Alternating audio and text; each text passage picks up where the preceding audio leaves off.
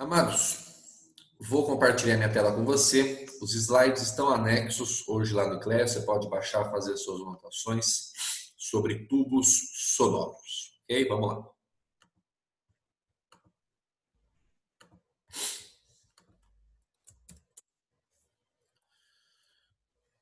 Muito bem. Pessoal, eu costumo dizer que se você entendeu realmente a aula de quinta-feira passada sobre a série harmônica, sobre as cordas vibrantes, sobre ondas estacionárias, é uma compra casada, entendeu? Compre cordas vibrantes, ganhe de presente tubos sonoros.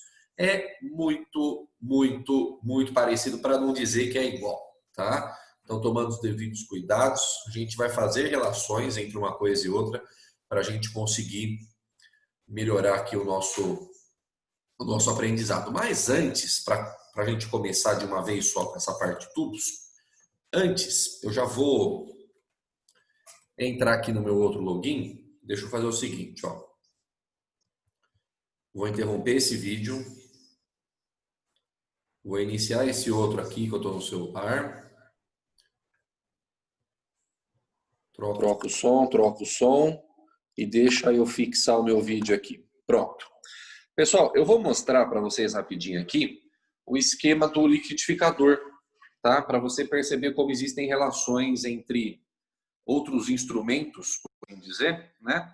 Com o movimento circular e com a ideia das frequências, tá? Então, olha aqui, ó. Um liquidificador clássico, né? Quando você muda aqui, pessoal, esse visorzinho aqui, esse ponteirinho, você está aumentando a velocidade de giro das pás. Você concorda comigo? O que eu gostaria que você prestasse atenção é com o que vai acontecer com o som, à medida que eu vou aumentando a velocidade de giro, tá bom?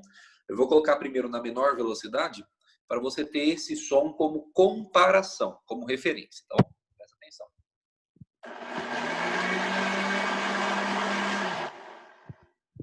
Guardou a ideia? Esse é o som de referência. Agora eu vou colocar numa velocidade maior. Preste atenção no que acontece com o som.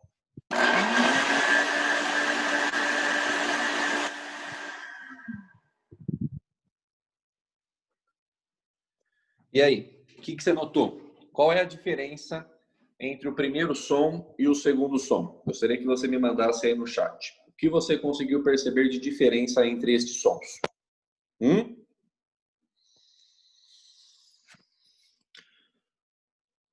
A altura do som. Perfeito. Quando você aumenta a velocidade do som, não, a velocidade de giro das pás, e como eu disse no começo da aula, isso funciona para liquidificador, para furadeira, né? Você aumentou a velocidade, você aumentou a frequência, porque o som ficou mais agudo, ficou mais alto. Como que a gente comprova isso numa equação, pessoal? Vou até mandar para vocês aqui no chat, ó. Você há de lembrar, ano passado, quando a gente viu o movimento circular, que a gente aprendeu esta equaçãozinha aqui, ó. Estou mandando para você aqui no chat. Velocidade é igual 2π vezes o raio dividido pelo período. Lembra dessa equação? Vi 2π raio em cima do telhado é o ΔS dividido por ΔT. Só que como a gente sabe que o período é o inverso da frequência, a frequência é o inverso do período, eu posso ajustar essa equação da seguinte forma. Estou mandando no chat. 2π vezes o raio, vezes a frequência. 2πrf, no movimento circular. O que essa equação está mostrando? Que velocidade e frequência são diretamente proporcionais. Se você aumenta a velocidade, você aumenta a frequência. E é exatamente o que está acontecendo aqui no giro do liquidificador, né? Aumentei a velocidade, o som ficou mais agudo, ficou mais alto, porque houve um aumento de frequência, tá? É essa equação que mostra esta dependência aí da velocidade com a frequência. Bonitinho, né? Bora voltar aqui então.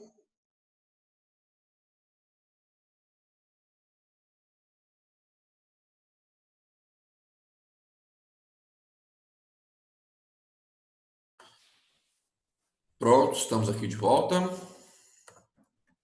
Beleza. Agora sim vamos avaliar a parte dos tubos, tá bom? Vou voltar aqui no slide.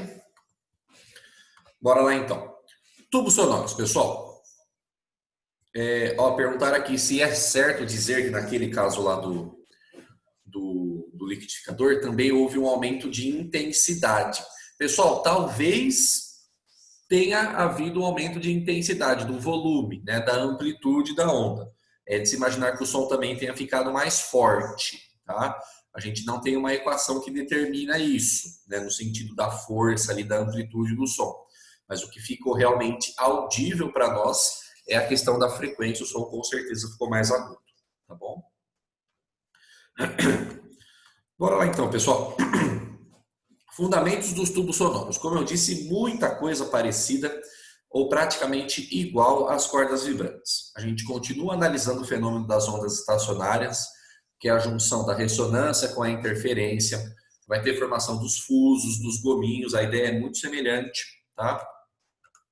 A gente continua tendo a formação da série harmônica, vamos investigar harmônico por harmônico e vamos buscar uma questão de repetição, de organização, da mesma forma que a gente descobriu nas cordas vibrantes, né?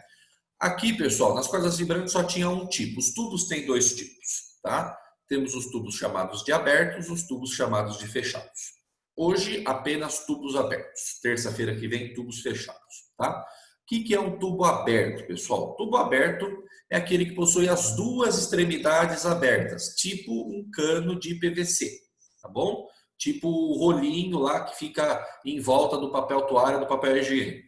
Isso é um tubo aberto. Já um tubo fechado, ele vai ter uma extremidade aberta e uma extremidade fechada. É razoável isso para você? Uma extremidade aberta e uma fechada. Aí sempre vem a pergunta: professor, e o tubo com duas extremidades fechadas? Pessoal, se as duas extremidades for fechadas, o som vai entrar e vai sair por onde, criança? Não dá, né? Tem que ter pelo menos uma extremidade aberta. Então, o tubo aberto está aí representado para você, duas extremidades abertas, tubo fechado, uma aberta e uma fechada, tá? Agora, ao invés da gente falar que L é o comprimento da corda, como a gente viu semana passada, L agora vai ser o comprimento do tubo. A ideia é a mesma, tá? O que eu gostaria é que você prestasse muita atenção, porque se você entender essa propriedade que a gente vai debater agora, você vai entender o desenho da formação dos harmônicos. Tomem cuidado com isso, tá? Pode ter exercício que não te dá o desenho, pode ter exercício que pede o desenho, pode ter exercício que te dá o desenho e pede o harmônico. É importante você interpretar o desenho e buscar informações através dele. Pense comigo. Na extremidade aberta do tubo, pode ser essa ou pode ser essa aqui, tanto faz. Na extremidade aberta do tubo, você acha que acontecerá uma interferência construtiva ou uma interferência destrutiva? Você acha que na extremidade aberta vai ser formado um ventre ou vai ser formado um nó? O que você acha? Gostaria da sua participação aí. O que você pensa a respeito? Na extremidade aberta, interferência construtiva ou interferência destrutiva? Manda aí para mim. Gostaria de saber o que você está pensando a respeito.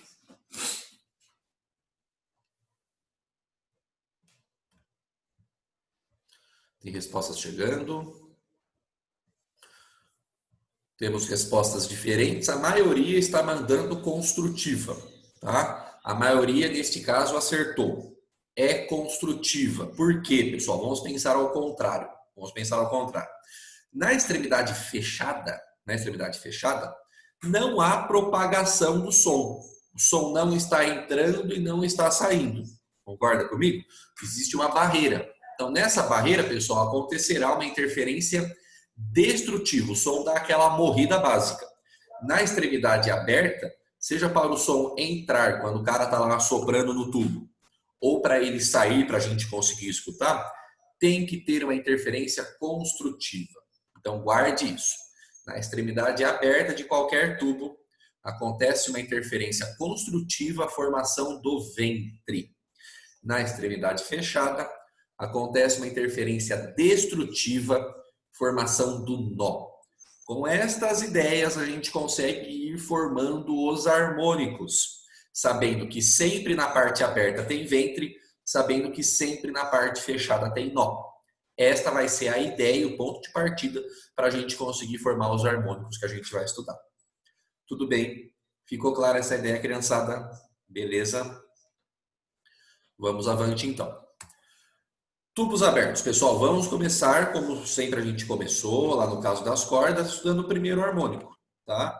E a gente vai avançando nos harmônicos para buscar algum tipo de padrão de repetição que generalize toda a ideia dos harmônicos, tá? Gostaria que, se você ainda não baixou o slide, se você ainda não viu a figura, é melhor ainda. Porque quando a gente estava no ensino presencial, eu sempre convidava coleguinhas a irem na lousa e tentar desenhar para mim qual seria o primeiro harmônico, o segundo harmônico, dos tubos, das cordas, etc. e tal.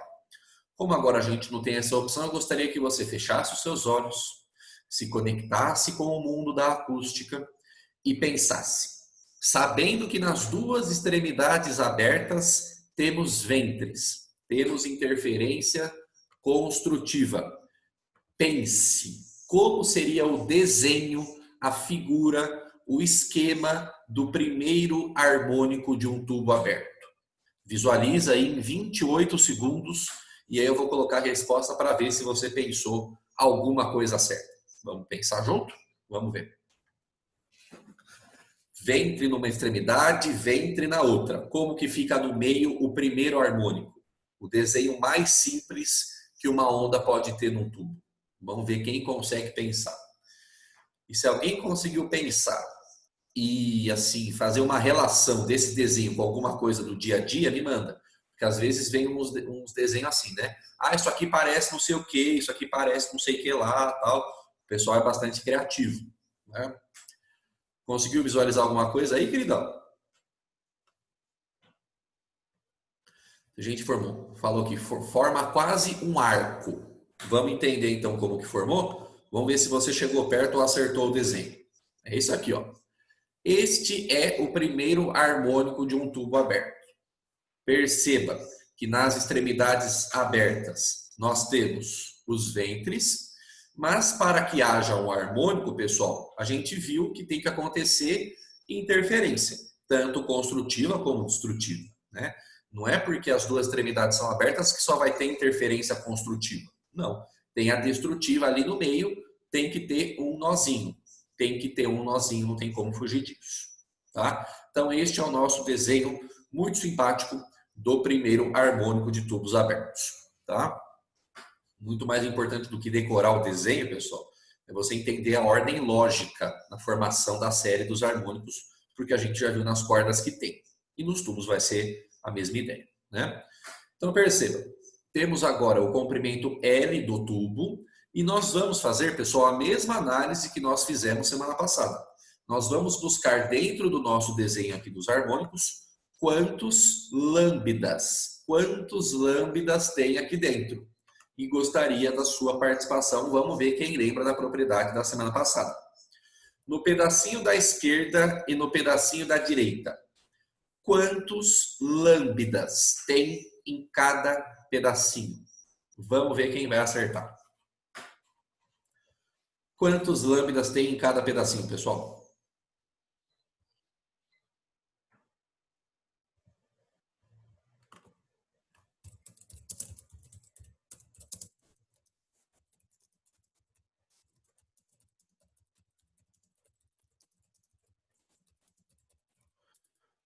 Bora aí, galera. Recebi pouquíssimas respostas aqui. Em cada pedacinho do desenho, quantos lambdas tem? Tem meio lambda de cada lado? Tem um lambda inteiro? Tem um quarto de lambda? Quantos lambdas tem em cada lado? O que você me disse? Acertou. Quem disse? Lambda dividido por 4. Por quê, professor? Vamos lembrar do fuso da semana passada. O que era o fuso? Era a região compreendida entre dois nós. Lembra disso? Isso aqui era o fuso, era o gominho completo. E eu pedi para você tatuar no seu coração, como propriedade mais importante de acústica de cordas vibrantes, que cada fuso possui o tamanho lambda dividido por 2. Lembra disso? Conversamos bastante sobre corda semana passada. O fuso completo tem lambda sobre 2. Só que aqui, pessoal, do lado esquerdo tem um fuso completo? Não tem, né? Você pegou esse fuso e ó, cortou pela metade. Então, é essa metade aqui que a gente está falando. Ó. Concorda comigo? É metade de um fuso, não metade do lambda. Então, se um fuso inteiro tem lambda sobre 2, metade do fuso tem lambda sobre 4. Tanto esta metade do lado esquerdo como a metade do lado direito. Lambda sobre 4, tá bom? Muito cuidado com isso, pessoal. Um fuso inteiro lambda sobre 2. Nesse caso, estamos trabalhando com metades de fusos lambda sobre 4. Tudo bem? É razoável isso para você? Ok? Chegou aqui, o que eu faço, professor? Você vai somar, do mesmo jeito que a gente fez semana passada. Junte lambda sobre 4 mais lambda sobre 4, tem que dar o comprimento do tubo L. Do mesmo jeito que a gente fez semana passada, está aqui. Ó. Somando lambda sobre 4 mais lambda sobre 4 vai dar o comprimento do tubo L. Lambda sobre 4 mais lambda sobre 4 é lambda sobre 2. Ok? Soma das frações adequadamente.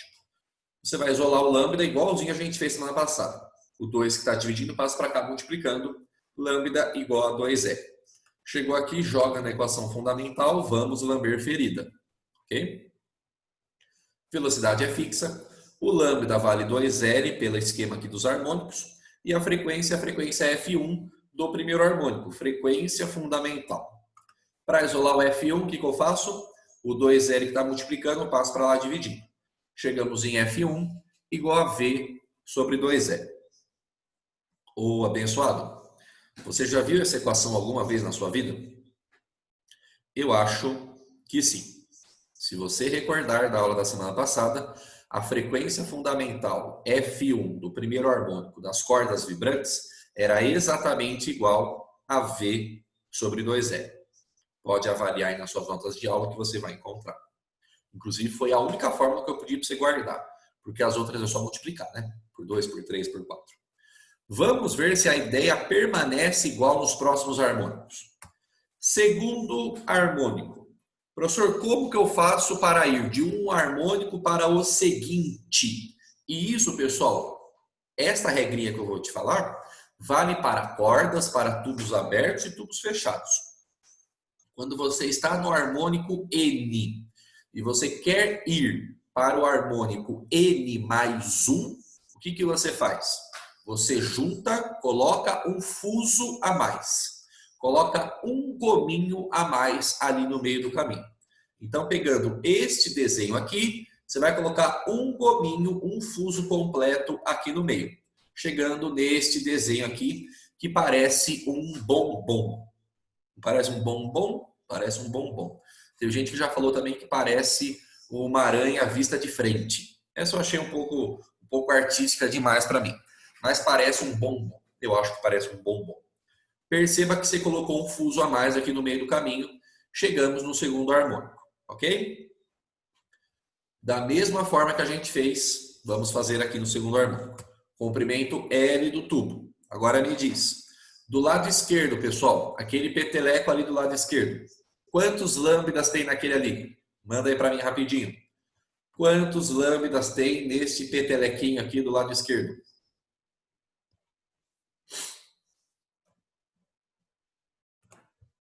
É isso aí, pessoal. Lambda sobre 4. Por quê? Porque é metade do fuso.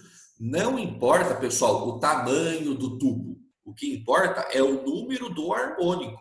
Porque eu posso ter um tubo de 10 centímetros atingindo o quinto harmônico e um tubo de 1 metro lá de um órgão de tubos lá de uma igreja, sei lá das quantas lá, que vai estar no primeiro harmônico, tá? Então não associe o tamanho do tubo à quantidade de harmônicos que cabem lá dentro, tá?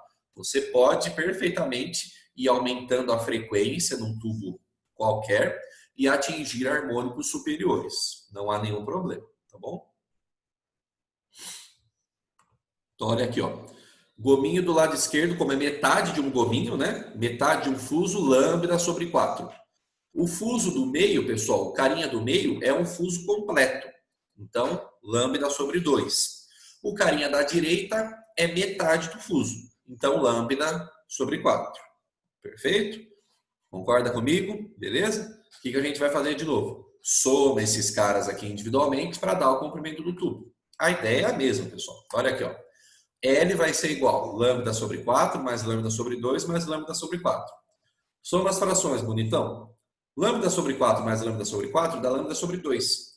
Lambda sobre 2 mais lambda sobre 2 dá um lambda inteiro. Então, no segundo harmônico, o comprimento do tubo é igual ao comprimento de onda. Joga na equação fundamental. No lugar do lambda, você está colocando L. No lugar da frequência, você está colocando F2, porque é o segundo harmônico. Para isolar o F2, o L que está multiplicando passa ele dividindo. F2 igual a V sobre L. Caso você não tenha percebido, esta frequência 2 é exatamente igual a 2 vezes a frequência 1. Porque era V sobre 2L, multipliquei por 2, cancelou 2 de cima com 2 de baixo, sobrou apenas o V sobre L. Então percebe que a coisa está encaixando. Frequência 2, 2 vezes frequência 1. Vamos tirar dúvida do terceiro harmônico, para ver se realmente a coisa se repete. Visualizou aí na cachola como é o desenho do terceiro harmônico? Só acrescentar um fuso a mais. Tá aqui, ó. Este é o terceiro harmônico. Vamos contar os lambdas, pessoal. Todo exercício de corda e tubo é assim, não tem como fugir. O comprimento do tubo é L. Carinha do lado esquerdo, pessoal, é metade do fuso. Então é lambda sobre 4. O segundo carinha é um fuso completo, lambda sobre 2. O terceiro carinha é um fuso completo, lambda sobre 2. O quarto carinha é metade do fuso, lambda sobre 4. Beleza? Somo todos esses caras novamente, tem que dar o comprimento do tubo. Se você somar lambda sobre 4 mais lambda sobre 2 mais lambda sobre 2 mais lambda sobre 4, soma bonitinho as frações, você vai chegar nisso aqui. 3 lambda sobre 2. Prometo para você. Para isolar o lambda, o que você faz, bonitão? O 2 que está dividindo passa multiplicando, o 3 que está multiplicando passa dividindo. Então você chega em lambda igual a 2L sobre 3. Perfeito? Jogue novamente na equação fundamental. Lambda 2L sobre 3, frequência F3, referente ao terceiro harmônico.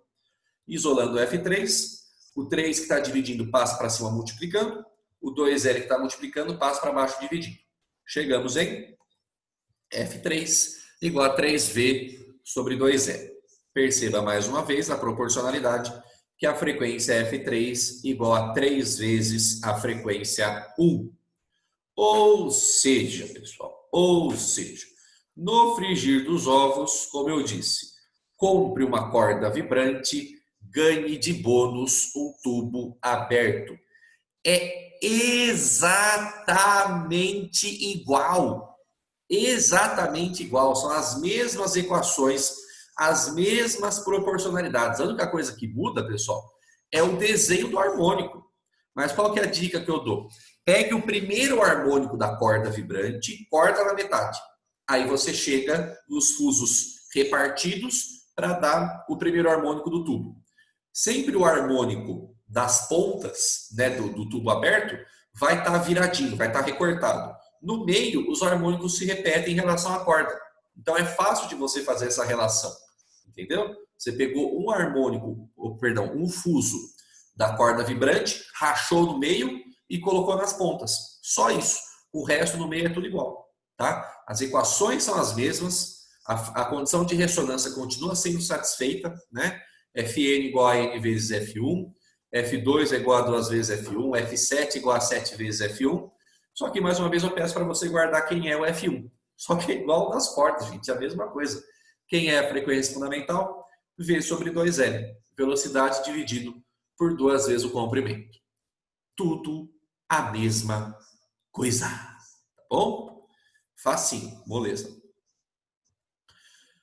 Fala, Samuel, o que você está me chamando aí, mano? Ah, tá, beleza. No final a gente faz uma menção a isso aí. Obrigado por você ter lembrado, tá? Perguntaram aqui, professor, mas por que aumenta assim? Como vou saber qual é qual no exercício? Nós vamos treinar exercícios juntos e alguns eu coloquei para vocês aí também treinar. Mas qual que é a sacada, pessoal? Nós aumentamos, né, falando assim, do cara que está tocando o instrumento, né? Ou você produzindo o som. E o tubo, pessoal, a gente não precisa de instrumento, né? Nem corda, né? Pega um barbante, um nylon, você pode gerar uma corda vibrante, lá uma série harmônica. Mas o tubo, você pode fazer aquele esqueminha lá de assoprar a parte de cima, lá, a tampinha de uma garrafa, né? Você faz aquela conchinha que eu não sei fazer aqui na mão, né? E vai abrindo aqui um pouquinho mais, um pouquinho menos para sair o som, assoprar a tampinha de garrafa, tudo isso é formação de harmônico. Você muda, pessoal, o harmônico quando você muda a frequência, certo? E você faz isso no instrumento musical mudando o comprimento do tubo. Essa que é a sacada, né? Quando você tem um instrumento de sopro, desde uma flauta até um saxofone, um bombardino, uma tuba, seja lá o que for, quando você quer mudar uma nota, o que você faz? Você não assopra mais forte, você não fica lá se esgoelando, é diferente da corneta. Né? A corneta é meio que você fazendo o som. Mas esses outros instrumentos, o que você faz? Você aperta um botãozinho para lá, um botãozinho para cá, na flauta você fecha um buraquinho, abre o outro, de tal forma que você vai mudando de forma instantânea o comprimento do tubo. E perceba por essa relação que o comprimento do tubo influencia na determinação da frequência. E é isso que eu quero mostrar para você aqui na brincadeira que eu vou fazer agora e também em alguns vídeos que eu separei que eu vou deixar para vocês assistirem. Se você diminui o comprimento do tubo, você aumenta a frequência. Isso não vale só para a frequência 1, vale para todas as frequências, né? Frequência inversamente proporcional ao comprimento do tubo. Por isso que instrumentos de sopro que são menores, um comprimento de tubo menor, como por exemplo uma flauta doce, ela gera um som muito mais agudo, mais alto, frequência maior, do que por exemplo uma tuba, que eu depois tenho um vídeo aqui que eu selecionei para você, que é um instrumento de sopro enorme, dá um monte de volta, depois ele fica com um bocal desse tamanho assim. Como o comprimento do tubo ele é maior, né, o L é maior, a frequência vai ficar menor. Aí esse instrumento gera naturalmente um som mais grave, mais baixo. É o que acontece nos órgãos, no órgão de tubo, né? Você já deve ter visto aí figuras, né, imagens, é um instrumento musical muito bonito, né? E o que muda, pessoal, o som que o órgão gera é o comprimento dos tubos, tá? Os tubos maiores, com maior comprimento, vão gerar os sons mais graves, tá? Essa que é a sacada, como que você muda na prática do instrumento um som para o outro. Agora, no exercício, ele vai te dar uma dica. Ou ele te dá o desenho, ou ele fala o número de nós, de ventres, de fusos que tem naquele harmônico, para você saber qual é o harmônico correspondente, tá? Alguma pista, algum caminho ele dá pra gente. Isso você pode ter certeza, tá?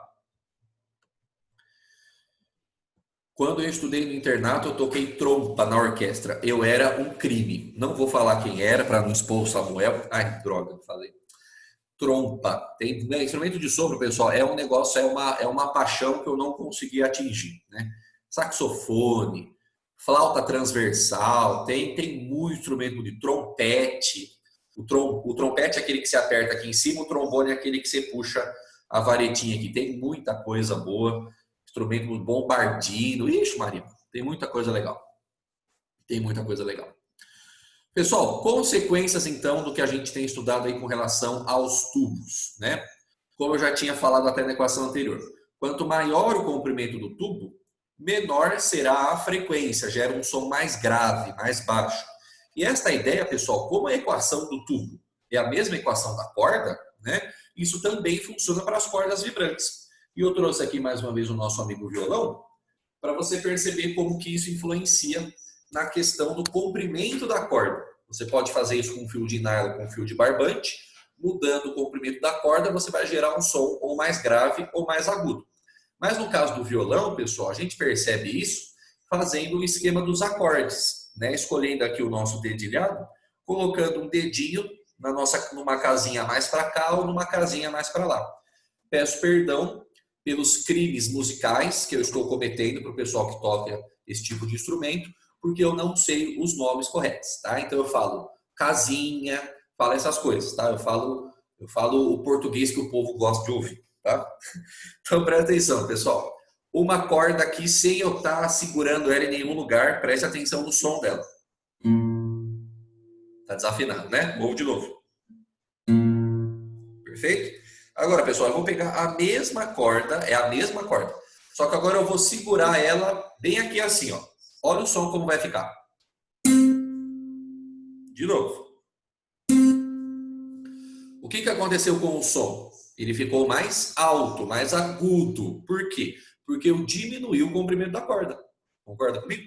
Eu estou segurando ela mais para cá, estou diminuindo o comprimento do tanto da corda que vai vibrar. Se eu diminuo o comprimento da corda, eu aumento a frequência. O som fica mais agudo. Perfeito? E a gente vai ver que essa ideia de variar o comprimento do tubo permanece no... Variar o comprimento da corda permanece na ideia dos tubos, tá? Que foi a brincadeira que eu trouxe aqui hoje para você, tá? Então eu vou interromper aqui rapidinho para eu fazer de novo o login aqui pelo outro celular. Pelo celular, não pelo outro celular. Só um instantinho. Tô aqui, vamos lá.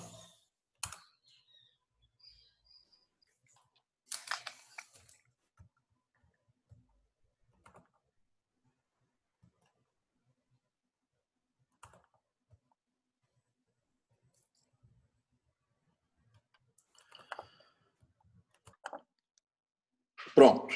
Todo mundo me vê? Belezinha? Deixa eu fixar o vídeo aqui, é mais fácil. Pronto, show de bola.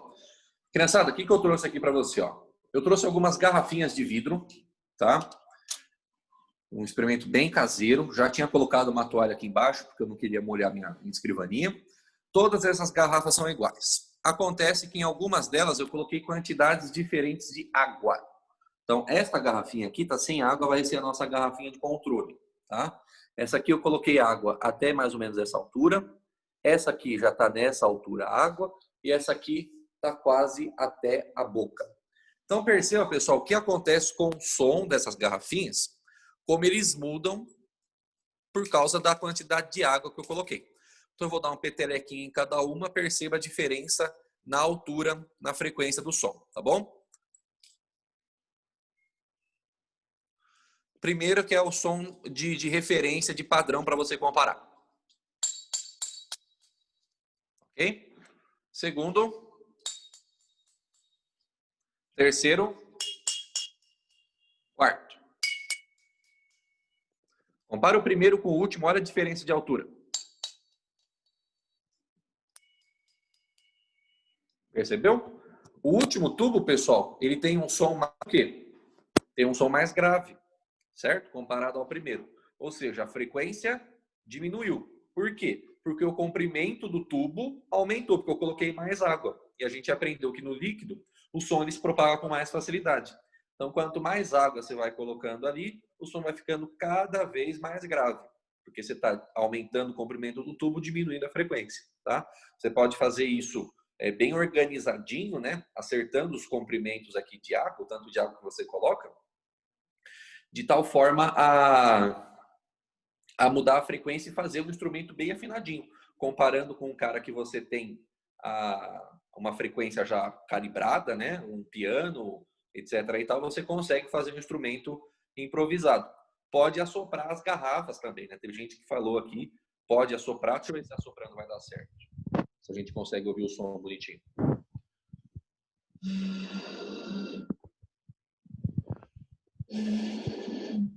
Você percebe que aqui, ó, aqui ele vai ficando mais agudo, né? Percebeu?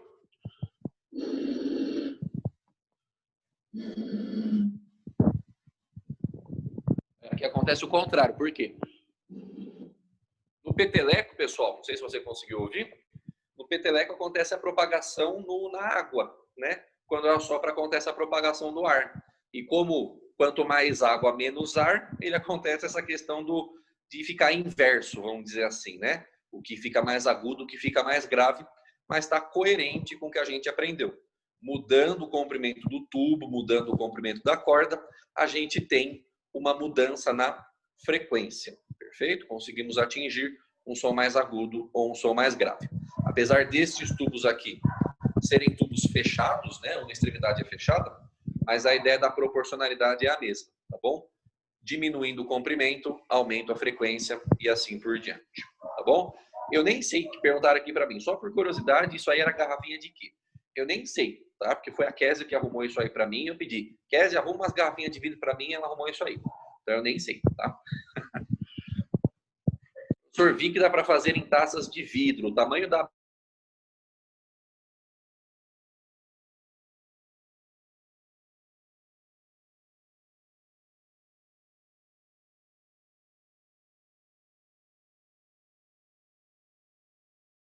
acústica, tá? Mas nós não temos hoje uma equação que mostra a dependência do diâmetro do tubo, pelo menos eu não conheço, tá? Uma equação que tem a dependência do diâmetro do tubo com a frequência, com a propagação do som. O comprimento do tubo já está muito bem equacionado para nós aí, tá bom? Bonitões, por hoje é isso então, tá? Agradeço muito a sua presença, a sua participação. Faça os exercícios selecionados aí, tá? Qualquer coisa durante a semana, só me mandar um e-mail, a gente bate um papo. Terça-feira que vem falaremos de tubos fechados, para a gente encerrar essa parte, tá bom? Fiquem com Deus, beijinho no coração, tamo junto, mas antes, espera aí, importante, me relembrar aqui.